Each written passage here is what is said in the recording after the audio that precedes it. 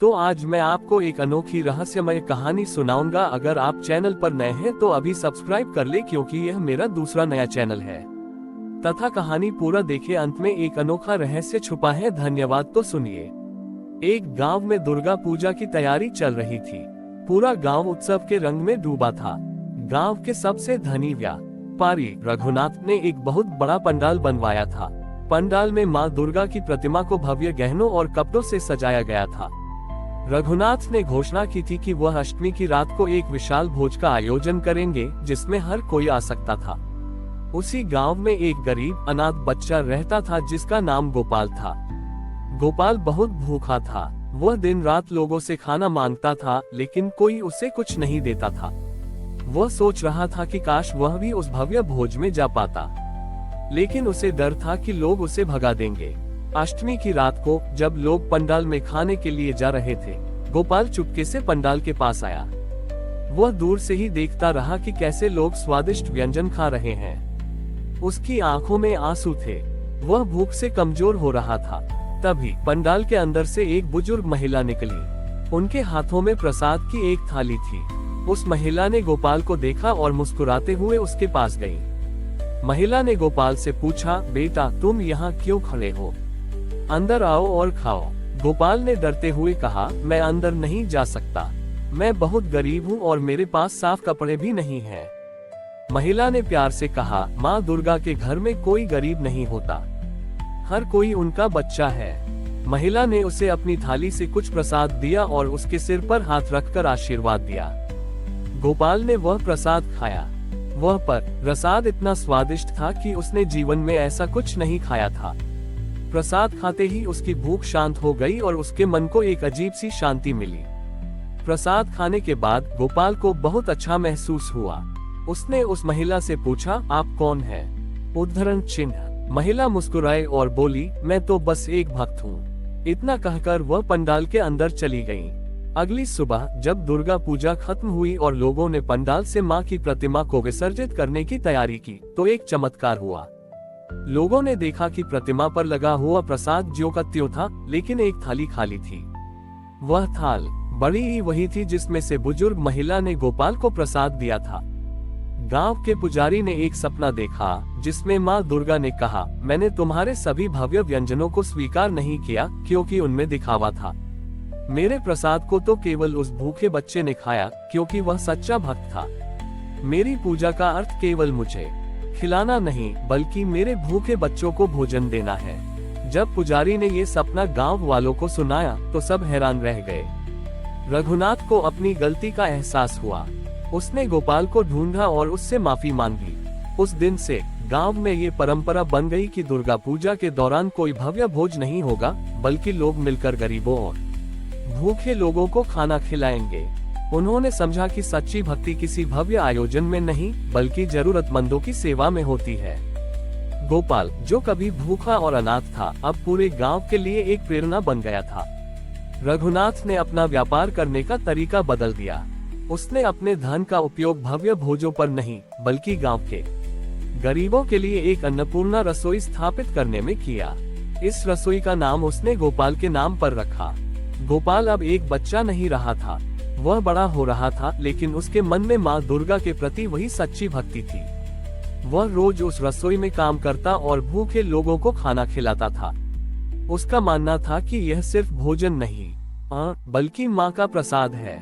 एक साल गांव में एक बहुत बड़ी आपदा आई। सारे कुएं और नदियां सूख गईं और पीने के पानी की भारी कमी हो गई। लोगों को मीलों दूर से पानी लाना पड़ता था और वह भी बहुत कम मात्रा में मिलता था। रघुनाथ ने अपने धन से बहुत कोशिश की, लेकिन पानी का कोई स्रोत नहीं मिला। लोग प्यास से तड़पने लगे। तभी गोपाल ने देखा कि अन्नपूर्णा रसोई में बहुत सारा पानी जमा हो गया है, क्योंकि लोग वहां बहुत कम आ रहे थे। उसने रघुनाथ से कहा, बाबूजी, हमें यह पानी पीने के लिए नहीं, बल्कि दूसरों की प्यास बुझाने के लिए इस्तेमाल करना चाहिए। रघुनाथ ने सोचा कि यह पानी बाद में उनके काम आएगा, लेकिन गोपाल ने उसे समझाया, जब माँ ने भूखे को प्रसाद दिया, तो हमें भी प्यासे को पानी देना चाहिए। यही हमारी सच्ची भक्ति है। गोपाल की बात सुनकर रघुनाथ का मन बदल गया। उसने पूरे गांव में घोषणा करवाई कि अन्नपूर्णा रसोई में अब भोजन के साथ साथ सभी को पीने का पानी भी मिलेगा। गोपाल ने अपनी पत्नी के साथ मिलकर रसोई का सारा पानी गांव वालों में बांट दिया।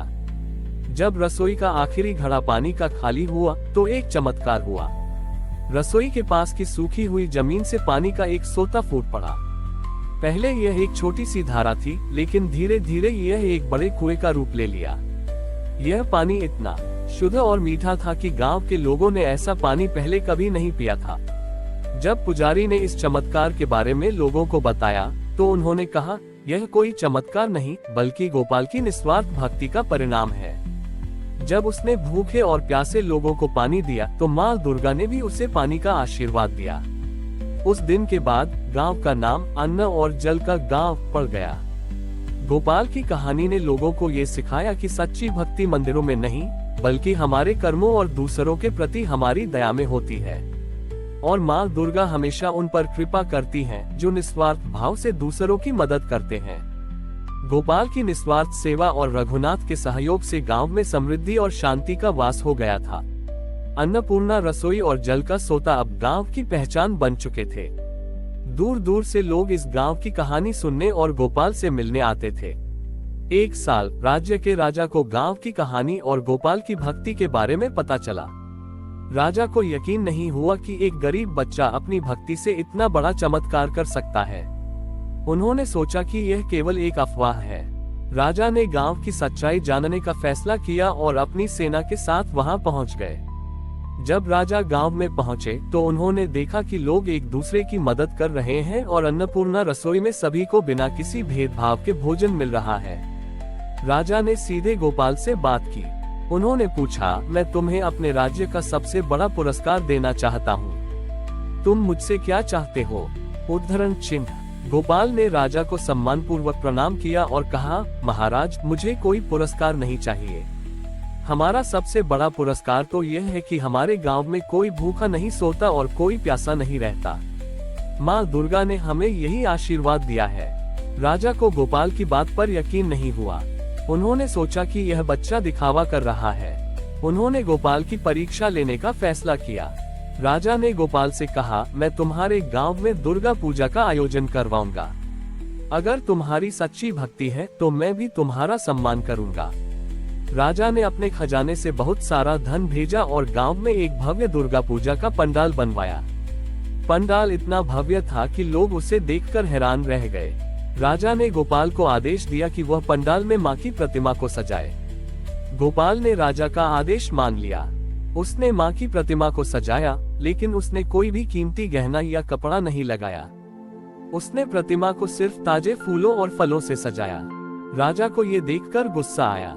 अष्टमी की रात को जब राजा पंडाल में आए तो उन्होंने देखा कि प्रतिमा बहुत साधारण लग रही है।